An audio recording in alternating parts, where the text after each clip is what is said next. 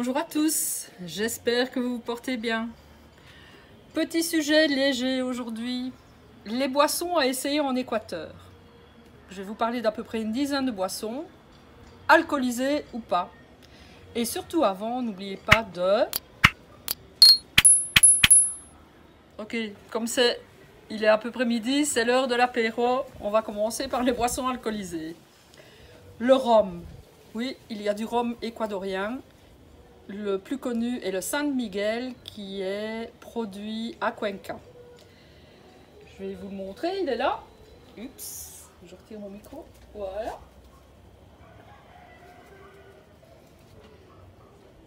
Celui que nous on achète est le Rhum Gold et on en fait des cocktails.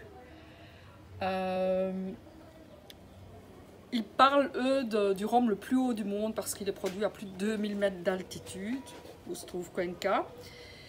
Et vous pouvez en trouver 5 sortes différents, le Plata, le Gold, le Black, le 7 ans et le Solera, et des produits dérivés.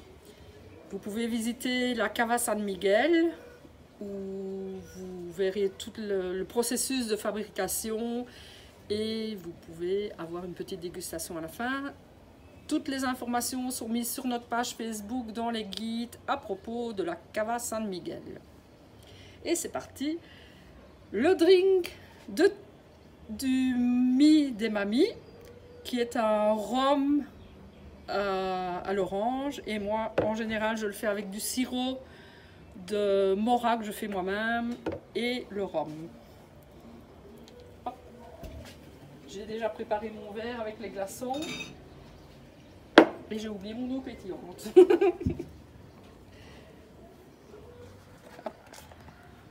Un petit peu de sirop.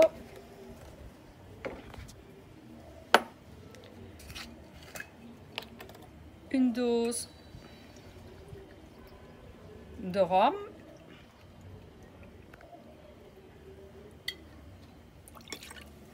Et j'ajoute de l'eau pétillante, mais je l'ai oublié dans la maison, c'est pas grave. Merci Omi, mon caméraman, de m'avoir ramené une bouteille d'eau pétillante. Et voilà. Oui, c'est une double dose, pas une dose simple. Désolée. Et le jus, c'est un jus de pamplemousse orange. Salud!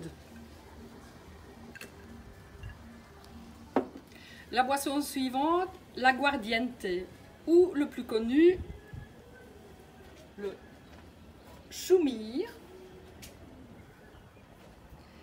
qui est un alcool de canne à sucre et qui est la base pour une boisson des Andes qui s'appelle le canelazo. C'est une boisson alcoolisée chaude qui est préparée avec de l'eau, du sucre ou du panela, des naranjillas, des épices et évidemment la base principale, le chumir. Nous avons eu l'occasion d'en préparer avec notre ami Juan quand nous vivions à Cuenca. Ça a été un bon moment à passer avec lui. Vamos a beber chumir, carajo. Pues sí, va a ser bueno esto. Les bières équadoriennes, notamment la Pilsener, El Orgullo Ecuatoriano et la Club. La Pilsener ressemble pour les Belges plus à une Jupiler et la Club à une Stella. Il y a 6 ans, quand nous sommes venus, c'était quasi les deux seuls qu'on pouvait trouver. Maintenant, il y en a une autre qu'on trouve principalement au commissariato qui s'appelle la Biela. Et des brasseries artisanales ont fait leur apparition, notamment une qui est connue et qui est commercialisée dans les supermarchés, notamment au Supermaxi, qui s'appelle la Latitude Zero. Il y a moyen d'aller la déguster sur la place au Parque Calderón à Cuenca. Ils ont une super brasserie qui s'appelle la Tap Room. Le guide est aussi dans la page Mamie Nomade avec tous les renseignements. On passe maintenant aux boissons non alcoolisées, et puisque je vous parlais de Cuenca, on va parler de l'agua de Pitimas. L'agua, l'eau qui guérit les nerfs. Elle est produite par les carmélites et elle est à base de plantes médicinales et d'herbes. La recette est totalement secrète.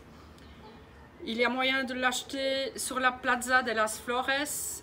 Les gens en général font file tous les jours pour aller en boire un gobelet, ou ils achètent même, ils viennent avec leur bouteille, ils achètent une bouteille entière pour retourner chez eux. Le gobelet coûte 50 cents. Pour la petite information, Pitimas vient du mot quichua piti, peu, et du mot espagnol mas, plus. Donc la contraction des deux fait un peu plus. Et le horchata. J'en ai préparé un peu ici pour vous montrer la couleur. La horchata lojana, donc équatorienne, est différente de la mexicaine ou de l'espagnole, que je ne connais pas, je ne saurais pas vous en parler, je ne vais pas vous inventer des choses, c'est pas mon intention. Elle est préparée à partir d'une vingtaine de plantes que vous pouvez trouver sur les marchés dans les Andes.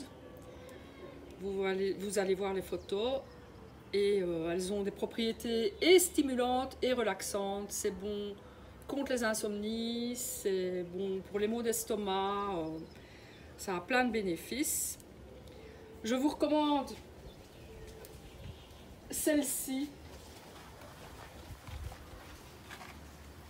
la horchata de hierbas aromáticas, qui pour moi est la meilleure. J'en ai essayé d'autres et celle-là a vraiment un bon goût, les autres ça ressemblait à de l'herbe. C'était vraiment pas génial.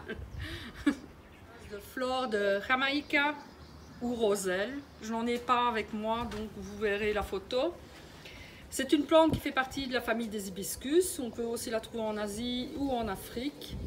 Moi, j'en fais une boisson fraîche, je les laisse infuser, je fais une boisson fraîche ou je fais un sirop de sucre que je mets dans de l'eau. C'est vraiment rafraîchissant et ça a des bénéfices apparemment contre le cholestérol et c'est diurétique. C'est la colada morada. J'en ai déjà parlé dans une vidéo précédente. C'est une boisson à base de fruits, de farine de maïs pourpre et d'épices. Elle est fabriquée en général au moment du jour des morts, donc fin octobre, début novembre. La colada de machica. Le machica est une farine d'orge rôtie. Elle s'utilise dans beaucoup de préparations de la cuisine andine, et notamment dans une boisson qu'on appelle la colada. Elle est à base de lait, de panela ou de sucre, de cannelle, pour ceux qui aiment, et de machica. C'est assez énergétique, quand il fait froid, ça ravigore. Juan, notre ami, quand on a préparé le canelazo avec lui, nous l'avait fait goûter, mais rien qu'à la cuillère, parce que lui, il mange comme ça, et c'est assez poudreux et pâteux dans la bouche. Una chiquita. Es bueno. Bueno que Sí. hazle con leche. Hierves leche y le pones como tú quieras, una cucharada, 2, 3 o 4 cucharadas. Okay. O una cucharada en una taza de leche caliente. Muy caliente la leche. En una taza le pones una cucharada de machica, un poco de azúcar, le pones fuerte y te va a dar ganas de dormir. Para dormir. Évidemment, n'oubliez pas qu'avec tous les fruits disponibles ici, tous les bons fruits spéciaux, vous pouvez préparer plein de jus, plein de batidos, style de milkshake, et plein de cocktails.